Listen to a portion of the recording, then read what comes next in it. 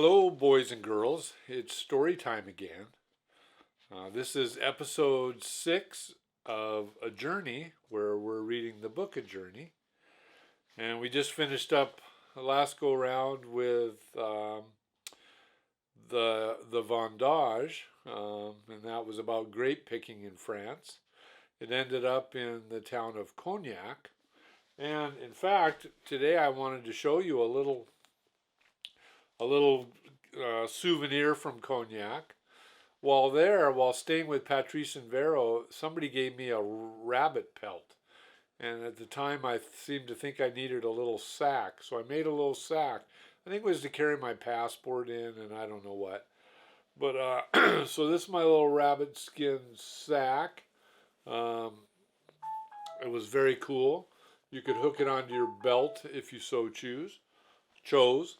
Um, so that's now sat in a drawer for about 40 some years. Uh, but anyway, oh yeah, so we just had 4th of July. We had a lovely day here at the house, had some dear friends and family here. We did take the opportunity to pray for our nation and our leaders because they, just like all of us, could desperately use some supernatural help. So that was a good opportunity to remember that. And yeah, it was a great day. So now we're going to get on with chapter 8 entitled Paris. It starts with a journal entry, Sunday, November 13th, and this is 1976. It's now Sunday night, and Patrice, Vero, Jeremy, and I came back about an hour ago from the film Barry Lyndon. Apparently, a very popular movie when it came out. The film, oh, there's my lovely wife shutting the door to this little room now. The film was okay. It was surprisingly easy to understand in French. When it wasn't obvious what they were trying to say, I would just use my imagination. We came back from Jack and Stella's on Friday. It was nice staying with them. Tuesday, if things happen this way, I'll be going with Jean Christopher, a friend of Patrice and Vero's, to Paris. He drives a truck and goes a few times a week. Back at the vineyard near Rozan, I was introduced to a gentleman named Ronnie. Ronnie had come to the Vendange from Paris.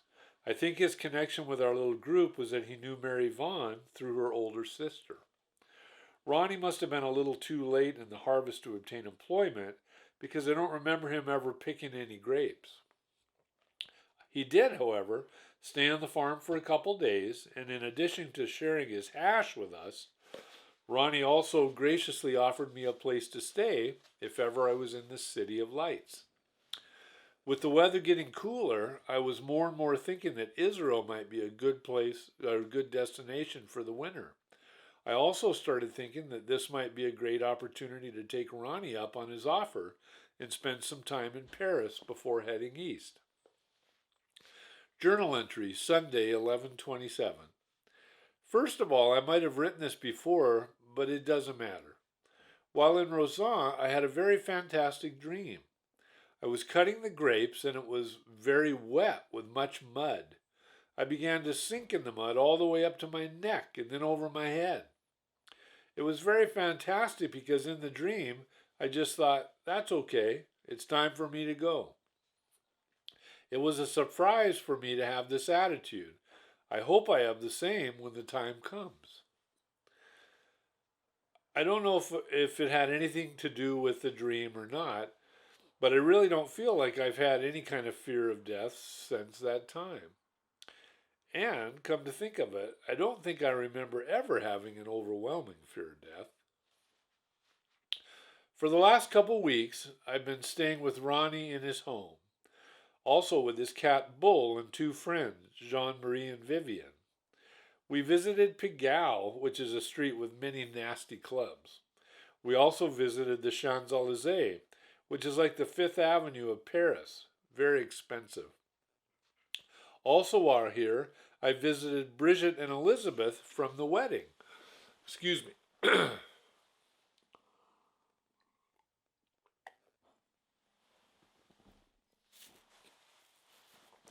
Okay. It was wonderful to spend a little time with Bridget and Elizabeth, the lovely girls I met back at the Puck Fair in Ireland, and then accompanied to the wedding in Brest. During one of our days together, the ladies thought it would be a good cultural experience for me to assist them with a little job they were involved with.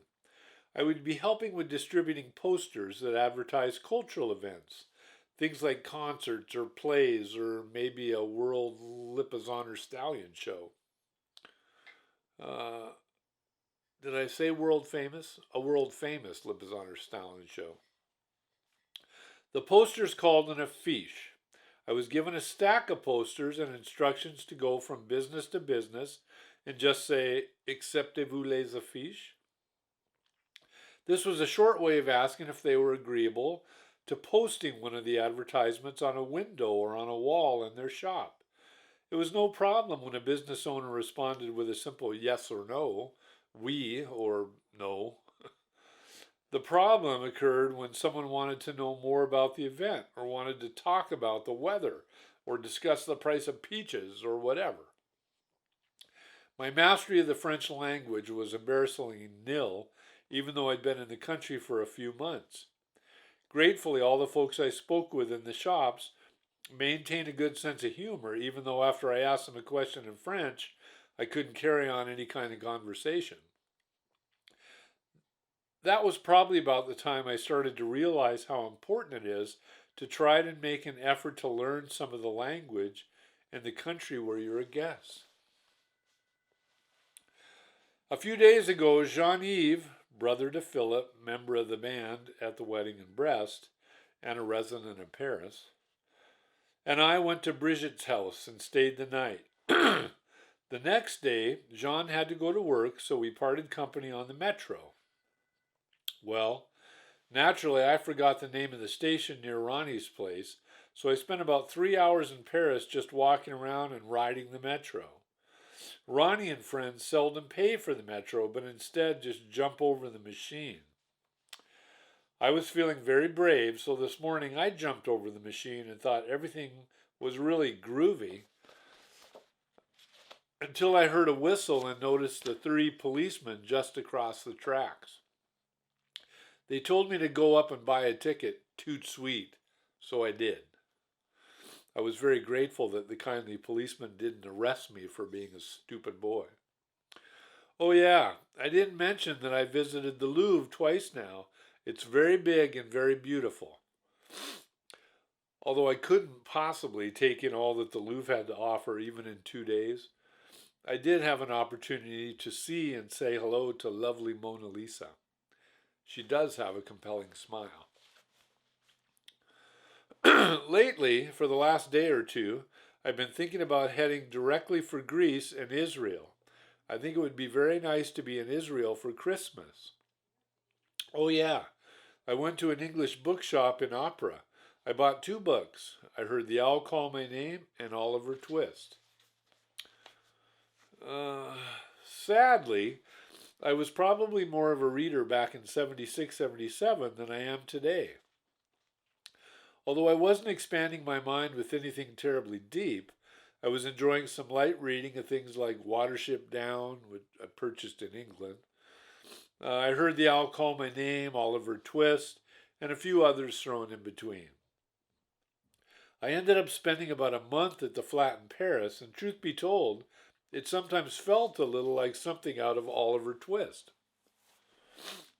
I was not the only wayfaring stranger to benefit from Ronnie's incredible hospitality. We were often joined by a few extra visitors finding a place on the floor to crash for the night. In addition to visiting all the must-see sites, the Arc de Triomphe, the Champs-Élysées, Eiffel Tower, Notre Dame, the Louvre, to name a few, I also had a chance to do some things that were a little off the beaten path. One day, for instance, Ronnie, Catherine, a friend of Ronnie's who sometimes stayed at the flat, Jean-Marie, Vivian, and I all took a little day trip to the Père Lachaise Cemetery. The cemetery was resting place to a friend of Ronnie's who had died from a heroin overdose. We spent a quiet spiritual moment at the graveside. Actually, we smoked a joint. And then made our way to another burial site. This second grave, although often visited as evidenced by the flowers and notes and other assorted memorials left around the graveside, was unmarked. We were at the grave of Jim Morrison, lead singer of The Doors. I had always been a Doors fan, and it did feel pretty cool to be able to visit his grave. I had been enough of a fan to do a comparative study of Jim Morrison and Walt Whitman for an English project. The name of the class was Grandfather Rock, during my junior year in high school. As part of the oral presentation, I played a song by The Doors for the class and was able to borrow a huge, powerful stereo system with big speakers from my friend Terry. It was going to be great. I was going to rock the halls. But then, after all the work of picking up the fancy big stereo, delivering it to the school in my mail truck, and setting it up in the room, my teacher wouldn't let me crank it up, not even a little. The class next door hardly even knew I played the song. I could have used my portable 8-track instead of Terry's awesome turntable. Although I still enjoy the music of The Doors today, truth is, after doing the research about Walt and Jim, I came away from the assignment thinking that they were both pretty weird guys. Much like at the graveside of Ronnie's friend, we spent a quiet, spiritual, reflective moment. Actually, we smoked a joint. And then said au revoir to Mr. Morrison. In 1976, the grave was unmarked. Apparently, several markers have since been placed and then stolen from the site over the years. I believe the gravestone that currently marks the spot was placed there by Jim Morrison's parents at the 20th anniversary of his death. And if I may, I'm going to quickly go blow my nose, so I'll turn this off for a second and be right back. All right. Did you miss me? While in Paris, I started asking questions and trying to figure out what might be the best way to get to Israel. I wanted to ultimately find a way to Athens and from there fly or maybe take a boat to Tel Aviv. Somebody suggested an organization called Pravoya. Pravoya was in the business of putting travelers with cars together with travelers needing to ride in a car to a like destination. Driving and the cost of gas were shared. My encounter with the gentleman at Pravoya would help to reinforce for me the truth that it's so important to at least try and use the language of the country you're visiting. I walked into the office to find kind of a philosophical-looking long-hair sitting behind the desk. He appeared to be rather engrossed with a book he was reading. Upon approaching the desk, rather than make any effort to converse with him in French, I asked in English, "Excuse me, do you speak English?" He looked up and in English responded, "Do you speak Russian?" Obviously he did, as well as probably 6 or 8 other languages. What I could hear him really asking was, "So you can't even speak a little French?" My new friend from Pravoya did ultimately hook me up with a ride to Belgrade, Yugoslavia, with a gentleman that was traveling home to visit his family. Journal entry, Sunday, 12/12. I will be leaving Paris with a man named Lubo for Yugoslavia. I got this ride through Pravoya, and at this moment I'm waiting for a call from Lubo so we can see each other and talk about the journey. I did hear from Lubo, and we set up a rendezvous in a cafe where we were able to meet and check each other out and determine that the other guy didn't look like a crazed axe murderer or something. Now I've met Lubo, and he seems like a nice guy. The way it stands now, we'll be leaving at about 6:20 Tuesday morning, or at least we think we're leaving then. Yesterday, Catherine, Ronnie, and I went to Versailles and to the palace. We didn't go inside, but we went in the big park just behind it. It was really nice. We went to one place that may have been a bath. It had a high fence all around it with barbed wire. When I went to the gate, it was open. It was a beautiful place for a duty, I'm embarrassed to say. I was certainly not an advocate of pooping in public, and had there been a toilet available that didn't charge an unreasonable fee, I wouldn't have chosen to relieve myself in the gardens behind the Palace of Versailles. Under the circumstances, however, I was very grateful for this secluded little spot. After leaving the park, we went to a cafe for a coffee, and after that, we started walking toward the train station.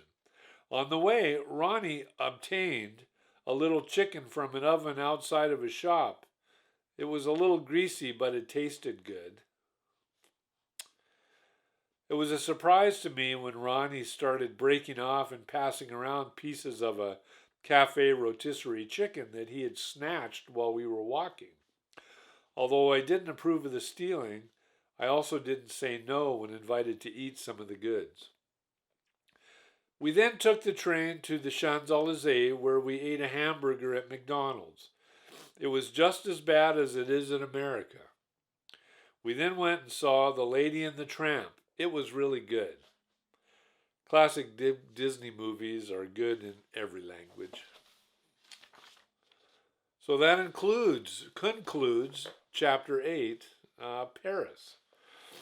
From here we're going on to Chapter 9, entitled Kibbutz.